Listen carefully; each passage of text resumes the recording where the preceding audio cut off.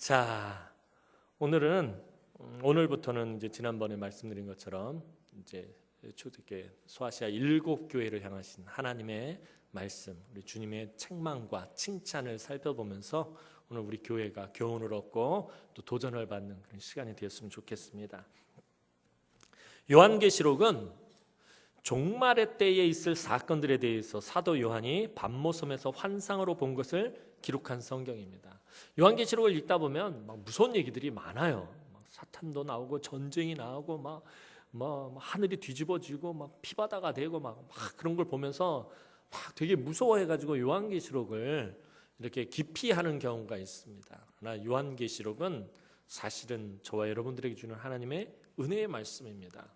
요한계시록에 기록되어 있는 모든 재앙들은 엄밀히 말하면 예수를 믿는 저와 여러분들에게는 해당이 안 되는 거예요. 구원받은 자들에 대해서는 이 재앙들이 전혀 해당이 되지 않습니다. 분명히 어린 양 예수께서 지키고 보호하시고 하나님 나라 가기까지 인도하신다는 거예요. 그렇기 때문에 요한계시록을 보면서 너무 두려워하실 필요 없어요. 무서워하실 필요 없어요. 여러분들은 이미 하늘나라 시민권을 가졌고 하나님 나라 생명책에 여러분들의 이름이 기록되어 있기 때문에 하나님께서 한번 선택하신 백성들 절대 버리지 아니하시기 때문에 여러분들이 두려워하거나 무서워하실 필요가 없다라는 것입니다. 또 이 요한계시록의 말씀을 읽으면서 그냥 그러한 부분들에 의해서 막 우리가 너무 막 이상한 곳으로 빠진 그런 생각 안 하셔도 돼요. 그냥 은혜로 말씀을 묵상하시면 됩니다. 하나님의 말씀은 하나님의 말씀으로 우리가 받으면 그것이 은혜가 되는 것입니다.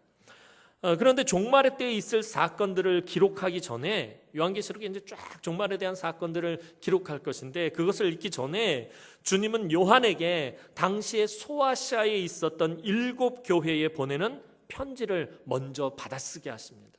소아시아에 있는 7교회들에게 먼저 편지를 보내게 하십니다. 이 요한계시록은 그래서 7교회를 위해 기록된 것이나 마찬가지입니다. 이 편지는 7교회에 대한 주님의 칭찬과 책망이 담겨 있고 또 약속의 말씀도 포함되어 있습니다. 그리고 이 7교회에 주시는 주님의 이 모든 말씀은 사실은 그 당시에 있었던 소아시아에 있는 그 7교회에만 주시는 것이 아니라 앞으로 오고 오는 모든 세대의 교회에게 주시는 동일한 말씀입니다. 그래서 오늘 에베소 교회의 말씀은 에베소 교회에게만 주신 말씀이구나가 아니라 오늘을 살아가고 있는 이 땅의 모든 교회들에게 하나님께서 동일하게 주시는 말씀인 것입니다.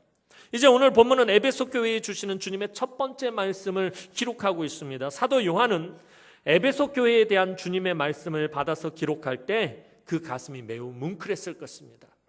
주님께서 요한에게 요한아 이제 소아시아에 있는 7교회에게 내가 편지를 하려고 한다. 네가 받아 적어라. 이제 첫 번째로 에베소 교회에게 내가 편지를 하노라. 그랬을 때 아마 요한이 이 에베소 교회라는 말을 들었을 때 가슴이 정말 뭉클했을 것입니다. 왜냐하면 에베소 교회는 사도 요한이 상당 기간 머물면서 목회했던 곳이기 때문에 사도 요한이 그 사랑의 목회를 베풀었던 정말 성도들과 함께 서로 사랑하고 위로해주고 감싸주면서 목회했던 곳이기 때문입니다.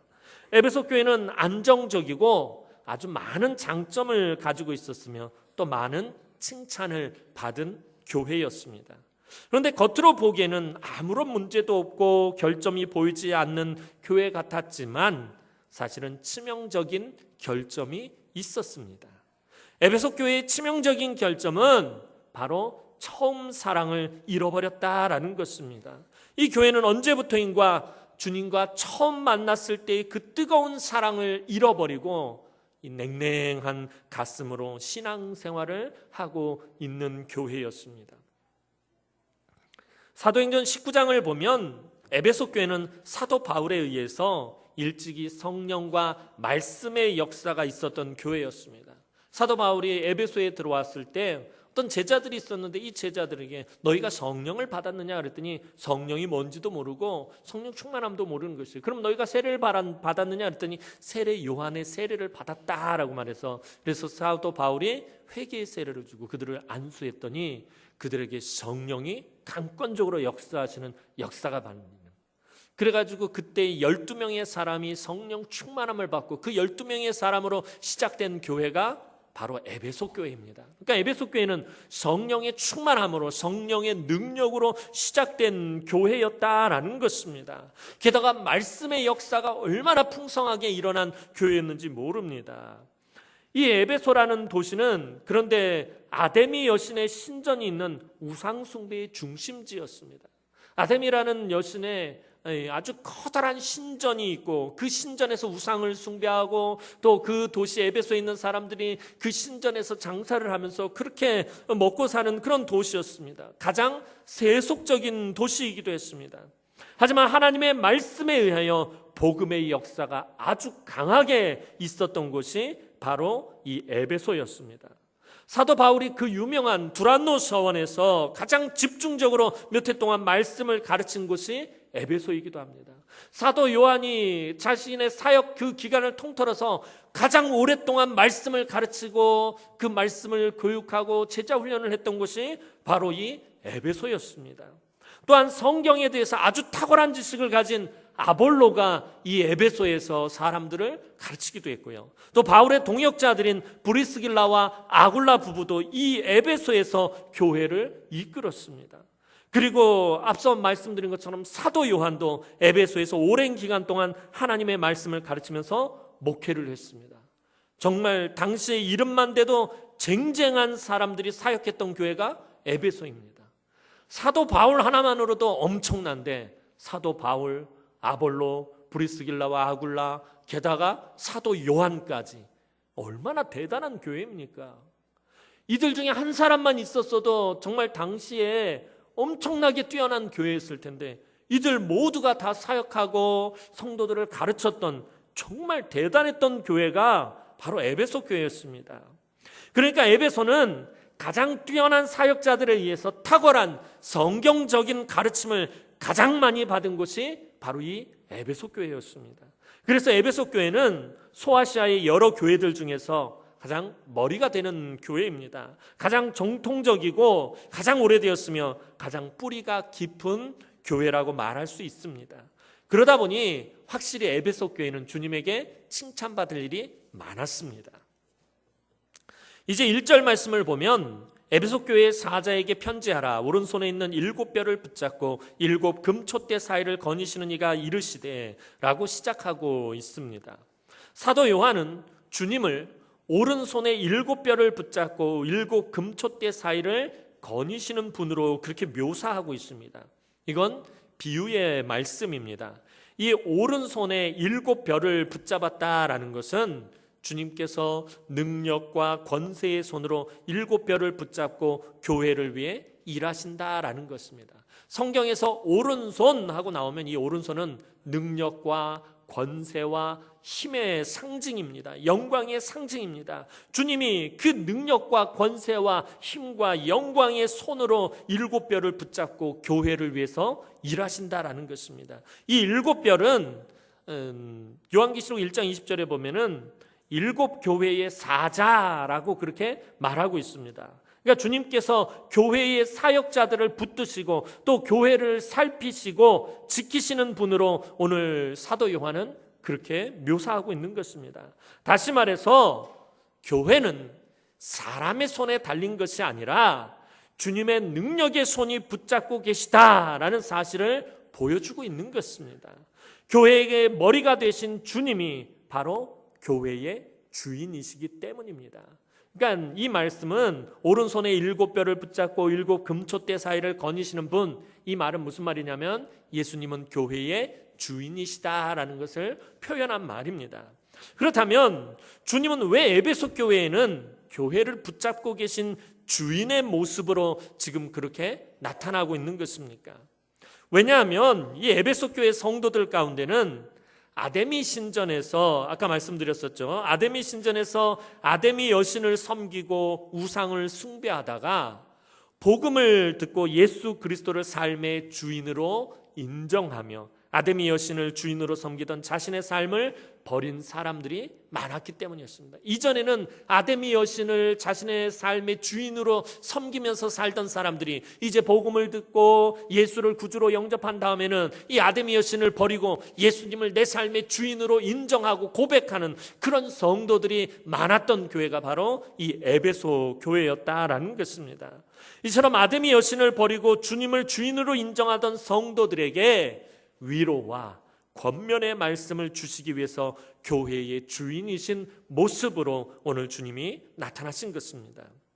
한편으로 주님께서 교회의 주인이신 모습으로 나타나신 것은 이 에베소 교회의 또 다른 어떤 특징 때문이었습니다. 그것은 에베소 교회가 아까 말씀드린 것처럼 아주 쟁쟁한 사역자들에 의해서 가장 오랫동안 사역되어졌던 그런 교회이다 보니까 매우 전통이 있는 교회였다라는 것입니다. 에베소 교회는 그냥 짧은 역사를 가지고 있는 게 아니라 아주 전통과 아까 말씀드린 것처럼 뿌리가 깊은, 믿음의 뿌리가 깊은 그런 교회였습니다. 사실 교회가 신앙의 연조가 오래될수록 주의를 기울이지 않으면 자기도 모르게 복음보다는 자신들의 역사나 전통을 자랑하고 그것을 더 귀하게 여기는 경향이 나타나게 됩니다. 우리 교회는 100년의 역사를 자랑하고 우리 교회는 정말 아주 유구한 전통을 자랑하는 그런 교회다 라고 이런 것들을 자랑하게 된다는 거예요. 우리 교회는 지금 성령이 충만한 역사가 나타나고 복음의 능력이 나타나고 부흥의 불길이 타오른다, 이런 것을, 말씀의 역사가 나타난다, 우리 날마다 모여서 뜨겁게 기도할 때마다 하나님의 응답의 역사가 나타난다, 이것을 자랑하는 것이 아니라 우리 교회는 100년의 역사와 전통을 가진 교회다라는 이런 오류를 범하기 쉽다라는 것입니다.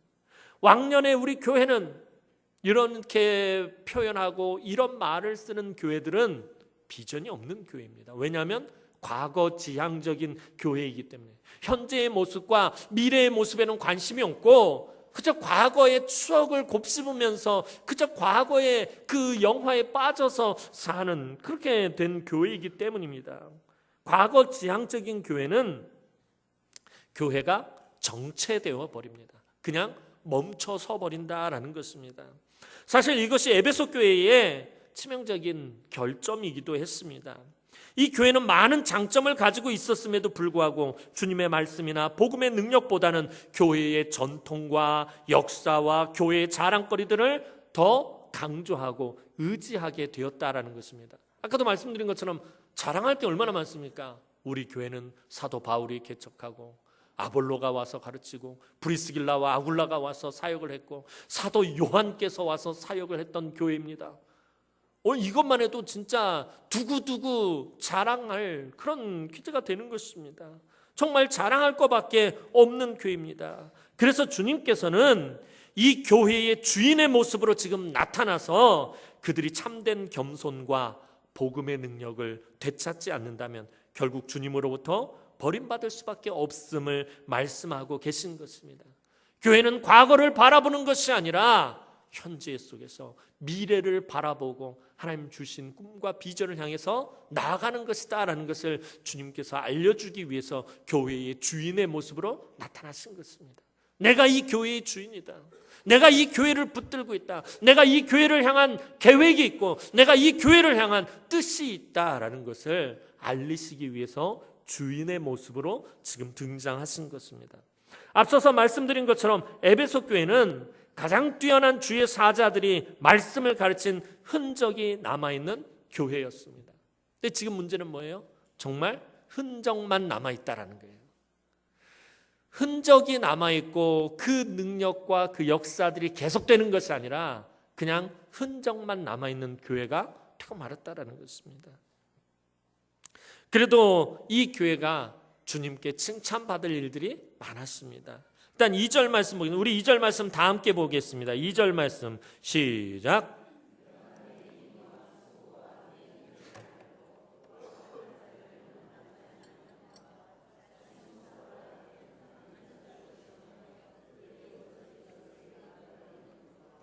아멘. 무엇보다도 에베소 교회는 열심히 있었던 교회였습니다. 아무래도 이 프라이드가 있으니까, 자긍심이 있으니까 뭘 해도 열심히 하는 거예요. 열심히 있었던 교회였습니다. 주님은 에베소 교회의 행위와 수고와 인내를 지금 칭찬하실 만큼 아주 열심히 있었던 교회가 에베소 교회였습니다. 에베소 교회는 늘 애쓰고 수고하는 교회였습니다. 그들의 믿음이 신앙생활하는 정지된 믿음이 아니라 항상 복음을 위해서 열심히 애쓰고 수고하며 땀 흘리는 신앙을 원래는 가지고 있었던 교회였다라는 것입니다. 다시 말해서 에베소 교회 성도들은 예수 그리스도를 자신들의 주인으로 인정하면서 주님이 원하시지 않는 일들을 포기해버린 교회였습니다. 그들의 직업이, 이 에베소 교회에 에베소라는 도시에 사는 사람들의 대부분의 직업이 뭐였냐면 아데미 신전과 관계된 사람들이었어요. 이 아데미 신전에는 에베소 도시에 있는 사람들뿐만 아니라 주변 도시에 있는 사람들, 헬라 지역에 있는 사람들이 많이 찾아오는 것이죠. 그들을 상대로 장사를 하고 아데미 여신의 모양을 낸 우상을 팔고 그것과 관련된 상품들을 만들고 그것들을 장사해서 사는 사람들이었습니다. 그들의 직업이 아데미 신전에서 장사하는 일이었다면 그것을 자신의 삶에서 치워버린 것입니다. 예수를 구주로 영접하고 예수를 내 삶의 주인으로 인정하면서 아데미 신전에서 장사하던 자신의 생업을 치워버렸다라는 것입니다. 또 우상을 만들거나 아데미 여신과 관계된 일이라면 조금도 남김없이 자신들의 삶 가운데서 다 포기해버렸습니다. 에베소 교회 성도들은 예수를 구주로 영접하면서 그들의 생각이 달라지고 그들의 말이 달라지고 그들의 행동이 달라지고 그들의 삶이 달라졌습니다. 그래서 그들의 믿음은 무엇인가 역사가 나타나는, 능력이 나타나는 그런 특징이 있었습니다. 사도행전을 보면 이 에베소에는 또 특별히 이 아데미 여신을 위한 마술사들이 아주 많았습니다. 그들이 아데미 여신 그 신전에서 마술을 하면서 그것으로 벌어먹고 사는 사람들이었습니다. 그런데 이 마술사들이 복음을 듣고 예수를 구주로 영접한 후에 자기들에게 참 많은 돈을 벌게 해주었던 그 마술책을 그 자리에서 다 불태워버리는 거예요. 그런데 이 불태워버린 책의 가격이 약 은 5만이나 되었다라고 사도행전은 기록하고 있어요. 이게 쉬운 일이겠습니까? 내가 먹고 사는 데 있어서 내가 풍요롭게 살고 내가 잘 먹고 잘 사는 데 있어서 큰 역할을 했던 그 마술책들 그냥 그 자리에서 은 5만의 가격에 해당하는 엄청난 그것을 팔아버렸던 거예요. 이 당시에 노예 하나가 은 30이었습니다. 노예 하나 사는데 은 30이었는데 은 5만이면 이건 엄청난 액수인 것이에요. 예수를 구주로 영접하는 그 순간에 엄청나게 자기들에게 이 부유함을 주었던 것을 그 자리에서 그냥 태워버렸다는 거예요. 그러니까 에베소 교회 성도들의 신앙은 결단력 있는 아주 뜨거운 신앙이었다라는 것입니다. 주님을 구주로 영접하는 그 순간 주님의 사랑이 자기에게 임하면서 그 사랑으로 인해서 뜨겁게 타올라서 자신들의 인생을 결단하는 아주 주님을 향한 뜨거운 사랑이 절절 끌어넘쳤던 교회가 에베소 교회였다라는 것입니다. 이런 점들을 볼 때 에베소 교회는 바울을 비롯한 아주 탁월한 사역자들에게 정말 말씀을 제대로 배운 신실한 교회였다라는 것을 알 수 있습니다. 오늘 본문을 보면 에베소 교회는 주님에게 크게 칭찬받은 사건이 하나 있습니다. 그것은 그들이 거짓 사도들을 물리친 것이었습니다. 에베소 교회에 어느 날 자칭 사도라고 하는 자들이 찾아왔습니다. 스스로 사도라고 말하는 것 자체가 벌써 이상하지 않습니까? 내가 사도요 하면서 자칭 사도라고 하는 자들이 찾아왔어요. 처음에 에베소 교회 성도들은 그들을 아주 잘 대접했습니다. 왜? 사도라고 하니까 아주 잘 대접했습니다. 그러나 그들은 에베소 교회 성도들의 대접을 받으면서 본색을 드러내고 거짓된 교훈을 가르쳤습니다. 그러자 진짜 사도들에게 말씀의 훈련을 아주 확실하게 받은 에베소 교회, 진짜 사도들에게 말씀의 훈련을 받았잖아요. 사도 바울과 사도 요한, 주님의 참된 사도들이잖아요. 이들에게 이 말씀의 훈련을 확실하게 받은 에베소 교회 성도들은 이놈들 가짜구나 하는 거 금방 아는 거예요. 그래서 끝까지 인내하면서 거짓 사도들의 정체를 밝혀내고 그들의 거짓됨을 밝혀내었습니다. 그 정확한 이야기는 알 수 없지만 그들의 거짓됨을 밝힌 것으로 보아서 이 에베소 교회 성도들은 대단한 말씀에 대한 지식과 말씀에 대한 분별력을 가진 성도들이라는 것을 알 수가 있어요. 아니, 사도 바울이 두란노에서 벌써 2해를 말씀을 가르쳤다고 그러면은 얼마나 말씀에 대한 지식이 풍성했겠습니까? 사도 바울뿐만 아니라 성경에 능통한 아볼로도 와서 가르쳤고, 주님의 직접 제자로서 주님의 모든 말씀을 받았던 사도 요한이 와서 직접 가르쳤고, 그러니 에베소 교회 성도들이 말씀에 대한 지식과 그 분별력은 아마 초대교회에서 최고 중에 최고였을 것입니다. 탁월한 사역자들에게 말씀의 교육을 받아왔던 에베소 교인들은 아무런 가르침이나 함부로 받아들이지 않았다라는 거예요. 말씀의 기준이 명확하게 세워져 있었기 때문에 잘못된 가르침을 절대로 받아들이지 않았습니다.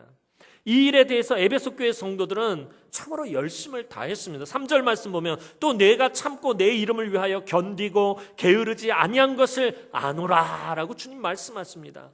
거짓 사도들의 거짓을 밝혀내기가 사실 쉽지는 않았을 것입니다. 그러나 끝까지 참고 인내하며 진리의 복음을 붙들고 열심을 다했습니다. 이것을 주님은 아주 크게 칭찬하신 것입니다. 말씀을 가지고 그 말씀으로 거짓된 사도들을 이겨냈으니 주님 보실 때 얼마나 이것이 큰 칭찬거리였겠습니까? 이처럼 에베소 교회는 겉으로 보기에는 칭찬받을 것밖에 없는 교회처럼 그렇게 보였습니다. 그러나 에베소 교회는 주님의 이런 큰 칭찬과는 별개로 문제에 대해 또 다른 별개로 문제에 대해서 책망도 받게 되었습니다. 그런데 그 문제점이 얼마나 치명적이었는지 교회가 사라져버릴 정도였습니다. 오늘 주님 말씀 보면 내가 가서 촛대를 치우겠다라고 말씀해요. 이 말은 교회를 없애겠다라는 말씀입니다. 그만큼 아주 치명적인 문제가 있었다라는 것입니다. 그것이 4절 말씀입니다. 우리 다 함께 4절 말씀 보겠습니다. 4절 말씀 시작.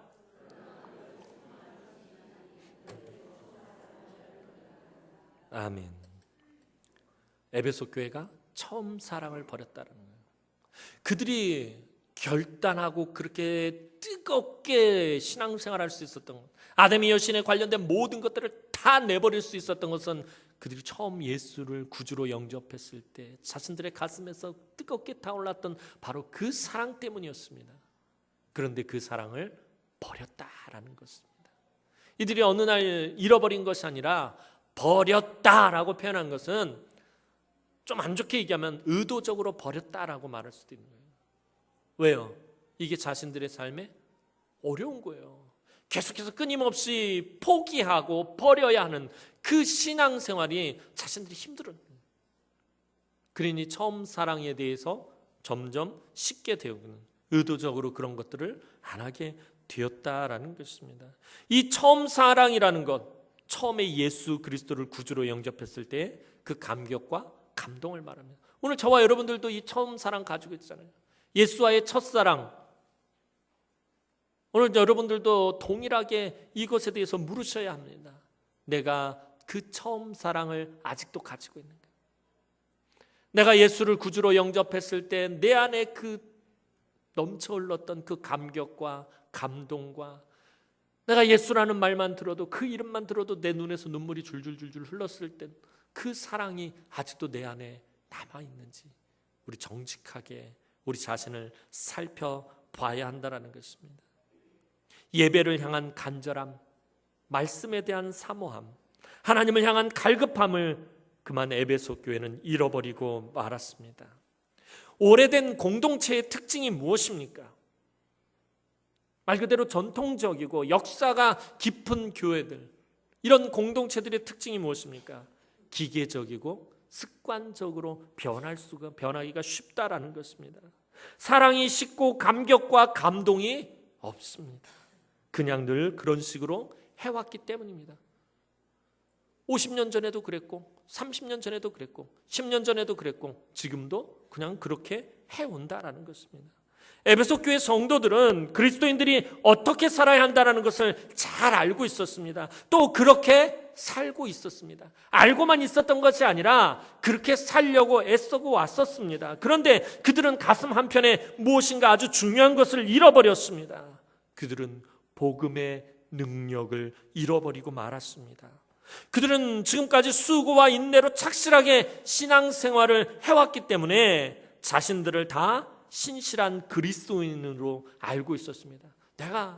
우리가 그래도 열심히 신앙생활을 해왔잖아. 우리가 그래도 정말 신실하게 해왔잖아. 그럼 우리는 정말 다 신실한 그리스도인이야라고 그렇게 생각을 하게 됐습니다. 그렇게 애쓰고 수고하다가 근데 문제가 생겼어요. 자신들이 신실하고 자신들이 정말 열심히 한다는 것을 알게 되면서부터 생긴 문제가 뭐였냐면 자신들이 죄인들이 아니라고 생각을 하게 됐어요. 왜? 늘 교회에서 열심히 하니까, 헌신을 다하니까. 여러분 생각해 보세요. 아담이 신전에서 있었던 내 모든 생업들을 다 포기하고 그거 관련된 것들은 다 모두 버려버렸어요. 자신들이 생각해도 자신들이 참 뿌듯하고 대견한 거예요. 그게 시간이 지나면서 자신들이 교회에서 열심히 했던 그런 것들에 대해서 무슨 생각인가? 내가 죄인이란 생각이 안 들기 시작하는 거예요. 내가 이렇게 열심히 하는데, 내가 이렇게 헌신하는데 왜 내가 죄인이야? 죄인이라는 생각을 잃어버리게 되었습니다. 자신들은 열심히 살고 있기 때문에 복음이 필요하지 않다라는 거예요. 복음이 누구에게 필요하다는 거예요? 복음은 주님을 믿지 않는 자들에게만 필요하다라고 생각하게 된 것입니다. 여기서 에베소 교회 성도들의 문제가 발생한 것입니다. 자신들을 죄인이라고 여기지 않자 예수 그리스도와의 처음 만났을 때의 감격과 감동과 복음의 능력을 잃어버리게 된 것이에요. 내가 예수를 처음 만났을 때 내 입에서 터져 나왔던 말이 무엇입니까? 베드로가 갈릴리 해변에서 예수님의 능력을 처음 접했을 때 그의 입에서 터져 나왔던 말이 무엇입니까? 주여, 나는 죄인으로소이다. 내게서 떠나십시오. 나는 정말 큰 죄인입니다. 저와 여러분들이 예수를 구주로 영접했던 그때 기억나십니까? 그때 제 입에서도 나왔고 여러분들의 입에서도 나왔던 말은 딱 한마디였을 것입니다. 주님, 나는 죄인입니다. 나는 너무나도 더러운 죄인입니다. 내가 내 입에서 죄인이라는 고백이 나오지 않으면 그 순간부터 예수를 처음 만났을 때의 감격과 감동과 복음의 능력은 사라져버리게 되는 것입니다. 주님, 내가 이렇게 부족한, 주님, 내가 이렇게 어리석고 미련하고, 주님, 내가 신앙생활을 한 지 내가 이렇게 30년, 40년이 되었는데도 주님, 내가 이렇게 부족합니다. 내가 이렇게 연약합니다. 이 사실을 잊어버리기 시작하면 그 처음 사랑을 잃어버리게 된다는 거예요. 감격과 감동이 사라져버리는 것입니다. 그러자 에베소 교회 성도들은 말씀을 들으면서도 눈물을 흘리지 않게 되었습니다. 처음에는 사도 바울의 말씀을 듣고 아굴라, 브리스길라의 얘기를 듣고 사도 요한의 말씀을 들을 때마다 그 말씀을 들을 때마다 눈에서 눈물을 흘렸어요. 그런데 이제는 눈물이 흘리지 않습니다. 신앙의 뜨거움이 사라지게 되었습니다. 말씀을 들을 때마다 예수의 사랑 때문에 뜨거운 감격의 눈물을 흘리던 그들이 그 눈물이 다 메말라 버렸습니다. 하나님 앞에서 간절하게 부르짖던 기도의 무릎이 없어져 버렸습니다. 겉으로 봐서 교회는 아무런 문제가 없는 것 같습니다. 왜냐하면 문제를 일으켰던 자들은 다 쫓겨나든지 아예 없든지 하기 때문입니다. 교회 안에서 문제를 일으키는 사람이 한 사람도 없습니다. 그런데 문제는 새로 눈물을 흘리면서 회개하고 돌아오는 자들이 없다라는 것입니다. 교회 안에서 회개의 역사가 일어나지 않는다라는 것입니다. 오늘 주님께서 에베소 교회에 하는 말이 무엇입니까? 너희가 회개하고 돌아서지 않으면, 그 처음 사랑을 회복하지 않으면, 너희의 그 처음 행위를 회복하지 않으면, 회개하지 않으면 그 촛대를 내가 치워버리겠다라고 주님 말씀하신다는 거예요. 에베소 교회의 지금 문제는 눈물을 흘리며 회개하는 사람들이 없다라는 것입니다. 그들의 신앙은 모든 것이 기계적이고 습관적이 되고 말았어요. 예배 시간은 엄숙하게 잘 지킵니다. 헌금도 빠짐없이 합니다. 아무것도 모자라거나 부족한 것이 없습니다. 교인들은 모두 뛰어난 분별력이 있습니다. 그러나 안타깝게도 간절함과 뜨거움이 사라져버렸다라는 것입니다. 복음의 역사로 시작된 교회에서 이제는 복음을 들을 수가 없게 된 것입니다. 사도 바울이 그 에베소 지역에 와서 복음을 전하면서 그 복음의 능력으로, 성령의 능력으로 세워진 교회에서 이제 더 이상 복음이, 성령의 능력이 나타나지 않는다는 것입니다. 로마서 1장 16절 말씀 보면 복음은 모든 믿는 자를 구원하시는 하나님의 능력이라고 사도 바울이 말하고 있습니다. 그런데 에베소 교회에서는 복음을 통해 구원하시는 하나님의 능력을 더 이상 체험할 수가 없게 되었습니다. 이들은 성령의 능력보다는 자신들의 오랜 신앙의 경험에만 붙들려서 그저 종교 생활을 하고 있는 것뿐이었습니다. 이들은 새로운 바리새인들과 같았습니다. 에베소 교회는 뛰어난 말씀의 사역자들에게 말씀의 교육을 받았습니다. 그런데 마음에 처음의 사랑의 그 뜨거움이 사라지자 그 말씀으로 다른 사람을 판단하기 시작했어요. 이들이 처음 사랑이 있었을 때는 내가 죄인이기 때문에 말씀을 들으면 그 말씀을 늘 자기에게 적용을 하는 거예요. 그 말씀을 자기에게 철저하게 적용하고 그 말씀대로 살려고 몸부림치고 그 말씀에 순종하려고 애쓰고 발버둥 쳤는데 이제 그 처음 사랑의 뜨거움이 사라지니까 어떡합니까? 그 말씀을 가지고 그 말씀의 분별력을 가지고 다른 사람들을 판단하기 시작하는 거예요. 다른 사람들을 정죄하기 시작하는 것입니다.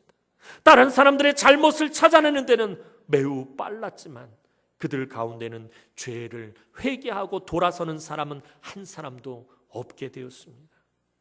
부르짖는 기도가 사라져버렸습니다. 가슴 뜨거운 찬양이 없어져 버렸습니다. 그냥 모두가 자기들의 자랑스러운 종교 생활에 만족하고 사는 것입니다. 이것이 주님 앞에서 얼마나 무서운 일입니까? 오래된 신자의 특징이 바로 이것입니다. 조금만 마음을 놓으면, 신앙생활을 오래 한 사람일수록 조심해야 되는 게 뭐예요? 조금만 마음을 놓으면 처음 사랑을 잃어버리기가 쉽다라는 거예요. 왜요? 처음 사랑을 만난 지가 너무 오래되었기 때문에 조금만 마음을 놓으면 잃어버린다는 거예요. 이제 막 예수를 구주로 영접한 초신자들은 오히려 이 처음 사랑을 잃어버리지 않습니다. 예수를 만난 지 얼마 지나지 않았기 때문에. 그러나 30년, 40년, 50년 시간이 흐른 사람들은 이 처음 사랑, 조금만 우리가 주의를 기울이지 않으면, 조금만 방심하면은 이 처음 사랑을 잃어버리기가 너무나도 쉽다라는 것입니다. 감격과 감동이 없이 오직 자기 힘으로 사는 자기 공로와 자기 의만 남게 되는 것입니다. 이제 주님은 이들이 어디서 떨어졌는지 잘 찾아보라고 말씀하십니다. 5절 말씀이 그것입니다. 우리 5절 말씀 보겠습니다. 5절 말씀 봅니다. 시작.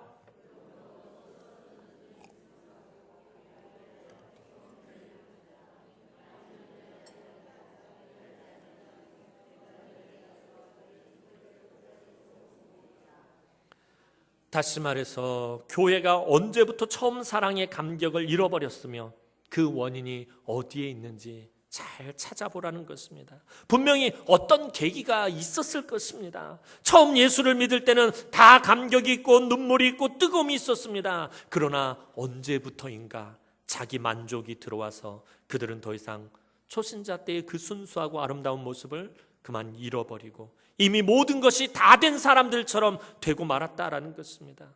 이들은 옛날에 자기들 가운데 있었던 거짓 사도들을 찾아내었던 그 수고와 인내로 이제는 자신의 신앙을 철저하게 점검해야 했다라는 것입니다. 거짓 선지자들을 밝혀낼 정도로의 그 분별력을 가지고 자기의 신앙을 점검해야 됐다라는 것입니다. 그렇지 않으면 주님께서 촛대를 옮기시겠다고 경고하십니다. 교회가 처음 사랑을 잃어버리면 빨리 회개하고 제자리로 돌아와야 한다는 것입니다. 오늘 저와 여러분들이 주님을 처음 만났을 때 그 감격과 감동이 조금 더 남아있지 않다면 우리 빨리 회개해야 합니다. 빨리 회개하고 제자리로 돌아가야 합니다. 안 그러면 우리 주님께서 그 촛대를 옮겨버리실 것입니다. 주님의 말씀은 그대로 이루어지고 말았습니다. 그래서 지금은 소아시아에 교회의 흔적만 남아있지 교회가 모두 사라지고 말았다라는 것입니다. 오늘 우리 한국 교회가 이렇게 돼서는 안 된다는 거예요. 한참 시간이 지난 뒤 우리 후손들이 교회의 흔적만 남아있던 이런 상황이 돼서는 안 된다는 거예요. 점점 한국 교회가 위축이 돼가고 있어요. 점점 침체돼가고 있어요. 아침에도 말씀드렸던 것처럼 목회자들이 하나님의 영광을 도적질하고 성도들이 하나님의 공로를 도적질하고 회개해야 된다는 거예요. 회개하지 않으면 하나님께서 한국 교회의 촛대를 치워버리실 것이라는 거예요. 더 이상 하나님은 우리를 사용하지 않으신다는 것입니다. 주님은 이제 다시 에베소 교회가 잘한 것에 대해 칭찬하십니다. 그만큼 또 에베소 교회가 칭찬받을 일이 많았다라는 것이에요. 그것은 에베소 교회가 거짓 사도들을 물리친 것처럼 니골라당의 행위를 또 물리쳤다라는 것입니다. 6절 말씀 보겠습니다. 6절 말씀 봅니다. 시작.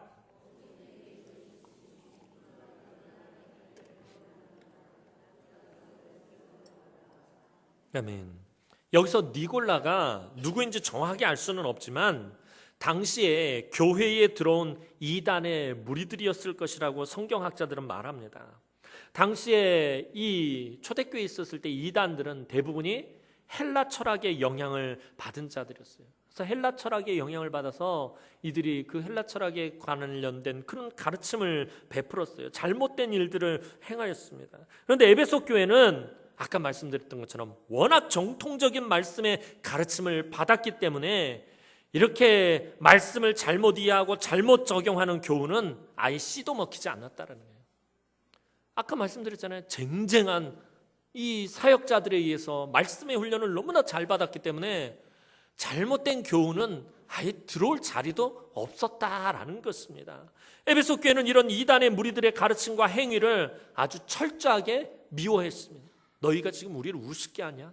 사도 바울에게 우리가 가르침을 받았고 아볼로와 브리스길라와 아굴라에게 배웠고 사도 요한에게 우리가 배웠는데 그까지 허접한 교훈을 가지고 지금 우리를 미혹하려고 들어?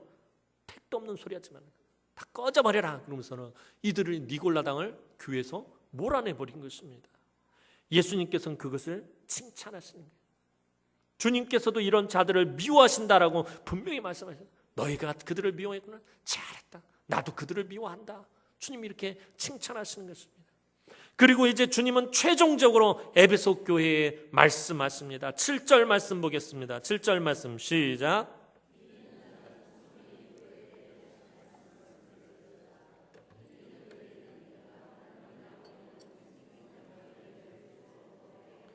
아멘. 여기서 분명히 귀 있는 자라고 말씀하십니다. 이 귀 있는 자가 어떤 사람을 말하는 것입니까? 참으로 주님의 말씀을 듣기 원하고 주님의 말씀에 귀를 기울이는 자들을 의미합니다. 참으로 복 있는 사람은 말씀에 들을 귀가 있는 사람입니다. 그래서 예수님이 늘 하신 말씀이 뭐예요? 들을 귀 있는 자들은 들을지어다. 들을 귀가 있어야 된다라는 거예요. 주님이 아무리 말씀을 해도 그 말씀을 듣지 못하는 사람들이 있어요. 들을 귀가 있는 사람들이 복 있는 사람들이다라는 거예요. 하나님의 말씀을 내 귀로 잘 듣고 귀 기울여 듣는 그 사람이 복 있는 사람이다라는 것입니다. 사도 요한은 분명히 1장 3절에서 기록된 예언의 말씀을 듣는 자와 읽는 자와 그것을 지켜 행하는 자가 복이 있다라고 말했어요. 하나님의 말씀을 듣는 자가 복이 있다라는 것입니다. 그러니 들을 귀가 있는 하나님의 말씀을 귀 기울여 듣는 바로 그 사람이 복 있는 사람입니다. 내가 듣고 싶은 말씀, 내가 이해하는 말씀, 내가 원하는 말씀뿐만 아니라 모든 하나님의 말씀에 귀를 기울여야 한다는 거예요. 하나님 말씀드리잖아요. 우리가 신앙생활을 오래 하다 보면은 사탄이 우리 귀에다가 필터링을 해요. 필터를 하나 끼워놔요. 이 귀에다가. 그래서 어떡합니까? 내가 좋아하는 말씀, 축복의 말씀, 은혜의 말씀만 들으면 귀를 쫑긋 세우면서 착을 들어요. 그러다가 조금만 책망의 말씀, 뭔가 좀 마음에 드는 말씀, 나아가 생각이 다른 말씀 들으면 어떻게 하냐? 바로 탁 닫아버리는 거예요. 이 들을 귀가 없어지는 거예요. 그러니까 사탄이 우리에게 방해하는 것 중에 하나가 뭐예요? 하나님의 말씀을 듣지 못하게 한다는 거예요. 우리의 귀에 자꾸 다른 소리를 듣는 거예요. 하나님의 말씀에 귀를 기울이지 못하게 한다는 거예요. 하나님의 말씀은 책망의 말씀이든 은혜의 말씀이든 축복의 말씀이든 다 믿음으로 받아야 된다라는 것입니다. 모든 하나님의 말씀에 귀를 기울여야 합니다. 그 말씀에 반응하고 그 말씀에 순종하는 사람이 말세의 때에 주님이 찾으시는 사람이며 기뻐 사용하시는 사람이다라는 것입니다. 주님은 에베소 교회 성도들에게 이제 무엇이라고 말씀하십니까? 이기는 그가 되라고 말씀하십니다. 이기는 그에게는 라고 말씀하시잖아요. 무슨 말이에요? 이 말은 너희는 이기는 사람이 되라는 것입니다. 이기는 그가 되라고 지금 말씀하시는, 이기는 사람은 말씀을 귀 기울여 듣고 회개하여 처음 사랑을 되찾은 사람을 말하는 것입니다. 하나님의 말씀을 듣고 내가 죄인이었다는 사실을 다시 깨달으면서 그 예수님을 처음 만났을 때 그 처음 사랑을 다시 되찾은 바로 그 사람이 이기는 그다라고 지금 주님이 말씀하시는 것입니다. 자, 그러면 이긴다, 이기는 그 할 때 이 이긴다라는 말에는 어떤 전제를 가지고 있는 거예요? 우리가 이겼다라는 말을 언제 쓰는 거예요? 싸우고 난 다음에 쓰는 말이잖아요. 그죠? 싸움을 전제로 하는 거예요. 그러니까 성도들끼리 치고받고 싸우라는 얘기가 아니라 영적 전쟁을 말하는 거잖아요. 영적 전쟁에서 싸워야지 이기든지 뭐가 결판이 나아지게 되는 거잖아요. 이긴다라는 말은 싸움의 결과로 주어지는 말입니다. 신앙은 영적 전쟁입니다. 세상이 아무리 강해도 믿음으로 싸워서 이겨라 라고 지금 주님께서 말씀하시는 것입니다. 왜 이런 말씀을 하시는 것입니까? 세상이 강한데 우리가 어떻게 싸웁니까? 그러나 주님이 이미 말씀하시고 선포하셨잖아요. 너희가 세상에서 환난을 당하나 강하고 담대하라. 내가 세상을 이미 이기었노라. 주님이 이미 승리를 선포하셨기 때문에 세상이 아무리 강하다 할지라도 네 눈으로 볼 때, 네가 볼 때 세상이 아무리 강한 것 같아도 이미 세상은 패했다라는 것입니다. 그 세상과 싸워서 이기라는 것입니다. 이기는 그가 되라는 것입니다. 그러면 주님께서 잃었던 하나님의 낙원에 있는 생명나무 과실을 주어 먹게 하시겠다고 약속하셨어요. 이 생명나무의 과실이 어떤 것입니까? 아담이 범죄해서 에덴 동산에서 쫓겨났을 때 하나님께서 두루도는 성령의 화용검으로 지켜서 다시는 그 누구도 접근하지 못하게 막은 것이 생명나무입니다. 그런데 그 생명나무의 과실을 주어서 먹게 하시겠다라고 말씀하신다는 거예요. 잃어버린 낙원을 회복시키시겠다라는 것입니다. 다시 그 에덴 동산을 우리에게 회복시키시겠다라는 것입니다. 처음 사랑을 회복하고 복음의 능력을 회복하는 바로 거기에 생명나무의 과실이 있다라는 것입니다. 우리가 예수 그리스도를 향한 그 처음 사랑을 회복하면 우리 주님은 우리에게 생명나무의 과실을 주어서 먹게 하시겠다는 거예요. 복음의 능력이 우리 가운데서 회복되어지면 하나님 나라를 우리에게 회복하시겠다는 거예요. 그 낙원을 다시 우리에게 돌려주시겠다라는 것입니다. 사랑하는 성도 여러분, 에베소 교회에 주시는 주님의 말씀의 교훈을 따라 복음의 능력과 처음의 사랑을 회복하는 우리 남흥의 성도들이 되었으면 좋겠습니다. 우리가 자랑할 것이 무엇입니까? 우리 교회도 65년이라는 역사와 전통이 있습니다. 그 65년이라는 역사와 전통을 자랑하는 것이 아니라 우리는 지금도 뜨거운 성령의 충만함이 있습니다. 우리는 지금도 복음의 능력이 나타나고 있어요. 우리는 지금도 말씀의 역사가 나타나고 있고, 우리는 지금도 하나님의 은혜로 충만하고, 우리는 지금도 예수 그리스도를 처음 만났을 때 그 처음 사랑의 절절 끓어오르는 교회입니다라고 자랑할 수 있는 교회가 되었으면 좋겠습니다. 앞으로도 계속해서 그런 교회가 되어야 하고요.